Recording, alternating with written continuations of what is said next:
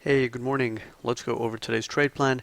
So in the overnight session, ES found buyers at Friday's high, and the strength that we saw in NQ in the Nasdaq from Friday continued in the overnight session, and NQ actually made a marginal high on the year. So right now we are seeing some pretty decent strength in Nasdaq. We're seeing some pretty decent strength in ES. TF has played a little bit of catch up. Our main upside objective in the overnight session for TF for the Russell was 1169, and that target was hit overnight. So we are seeing a little bit of a catch up move happen in TF, but overall, on the larger time frames, TF is still relatively weak compared to the other markets, and that is a potential red flag heading into today. That ES and NQ are at the highs, and TF is still lagging quite far behind. So if we start getting a lot of weakness in TF, or if we get a pullback in TF, then that could just be a warning sign for buyers in these other markets. So 1169 is an important inflection point in the Russell. If you're watching the Russell, keep an eye on 1169 and see how the market reacts to that, because a failure at 1169 in TF would definitely, at the very minimum, be a caution sign, and that can be taken either as a short signal for these other markets, or at the very minimum, be a little bit cautious on buying this market. It's still a bit aggressive to short these markets because these are the stronger markets, right? So just because TF puts in a little failure short term, for me personally, that would not be enough to justify shorting ES or NQ, because they're proving themselves to be the stronger markets, and you don't want to be on the wrong side shorting the market that's actually showing you some strength, right? So heading into today, that's what's going to make it a bit tricky, is that this relative weakness in the Russell and this negative divergence in the Russell is going to take away from the upside conviction in the other markets. Now, if we can get a strong breakout above 1169 in TF, then I think that ES can go up and test the all-time high, and above the open gap at 71, the main objective would be the naked VPOC and gap at 77.5, and then the all-time high at 78.25. So off the open, we're going to be keeping an eye on the other markets. We'll watch how ES reacts. Ideally, if we're going to get that move up to initial resistance, we don't really get too much of a pullback, and we hold the pre-market support zone at 65.5 to 67.5. So this is a spot where the aggressive buyers can step in, and whether you take a long setup here or not is really going to depend on what the market's doing in real time, right? So if we get a big downside bar or some liquidation type scenario in the Russell, then we'll be a bit careful, right? Then we don't want to be part of that aggressive crowd, and you have to be willing to miss the trade in that case, right? You have to be willing to basically sit on the sidelines at 65.5 to 67.5, because if this zone is going to work, then we really should not come all the way down to 65.5. If it's going to work, I think it's going to be from 1967, not much lower than that. That's the overnight breakout area. So ideally, any pullback to that area attracts buyers if this market is truly strong, and then it can result in a retest of the overnight high, and then up to 75, and then 76.5 to 78.5, and that would be the final upside objective. With NQ hovering right near the high, there is potential that ES can make a new high, but that's something that needs to be gauged in real time. Or it could just be a marginal high, and then ES kind of chops around here. So, with no major economic catalyst on deck, I'd rather still be cautious in this market rather than be aggressive and look for a very extended upside target.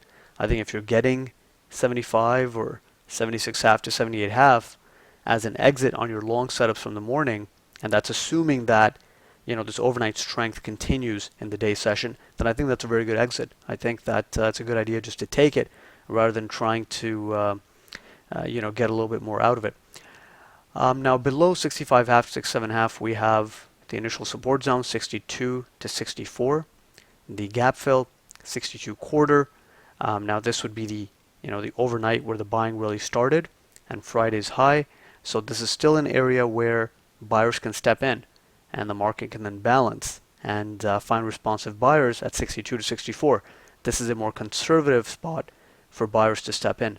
And even though it's very close to the pre-market support zone, just keep that comment in mind that if the zone's going to work, it's probably not going to pull back all the way down to 65.5. So really, it's the 67 to 67.5 area that we're going to be keying in on if price pulls back to this pre-market support zone. And then below that, the gap fill 62 to 64, start of the overnight move, Friday's high. That's an inflection point. And again, as long as we're not seeing an all-out failure in the S&P or the other markets, then that's a spot where we can expect buyers to be active on first test. And again, in this market, I still think that it makes sense to play a bit more defense rather than being super aggressive, which means that, if we get a pullback to 62, 64, and if we're trading it on the long side, then as we get that pop back up towards 67, 68, we will be looking to take a scale out and, reduce our exposure and then see if we can get a continuation higher. So that's how we'll be treating the initial support zone. If this market is truly strong, we should not really even pull back here, but if we do, it's still okay. It doesn't mean that this is a market that is completely failing, right? Below it, we have the bull bear zone, 58 quarter, 60 quarter. This is really the final line in sand short term. And if we break below that, then we can actually be looking at a complete, failed upside breakout scenario. And it could even lead to a little bit of liquidation.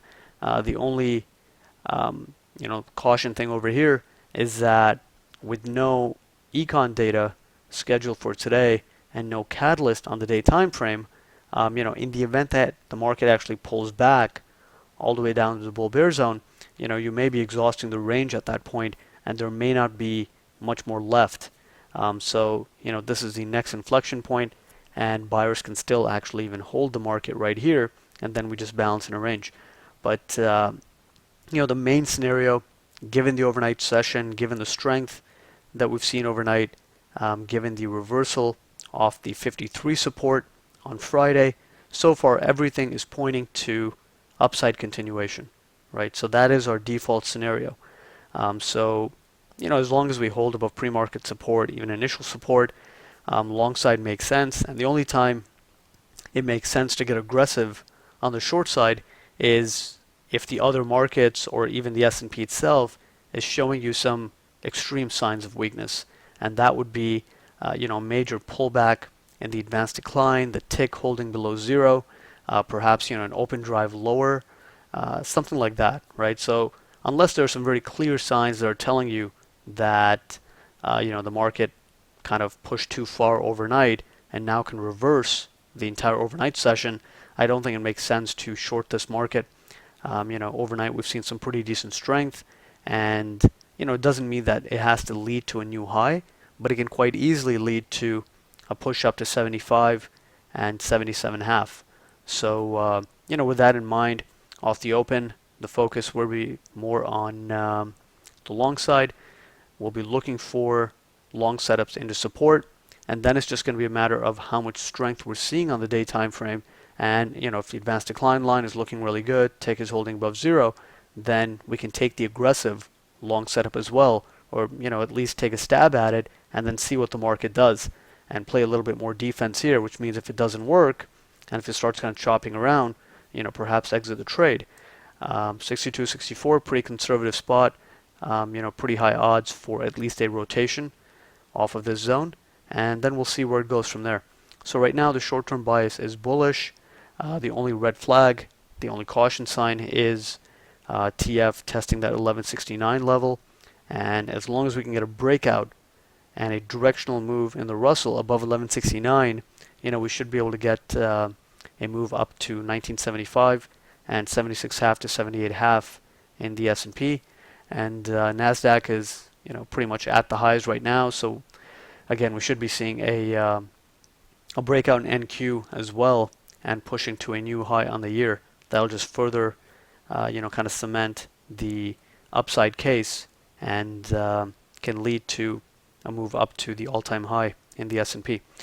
So those are the main ideas heading into the open.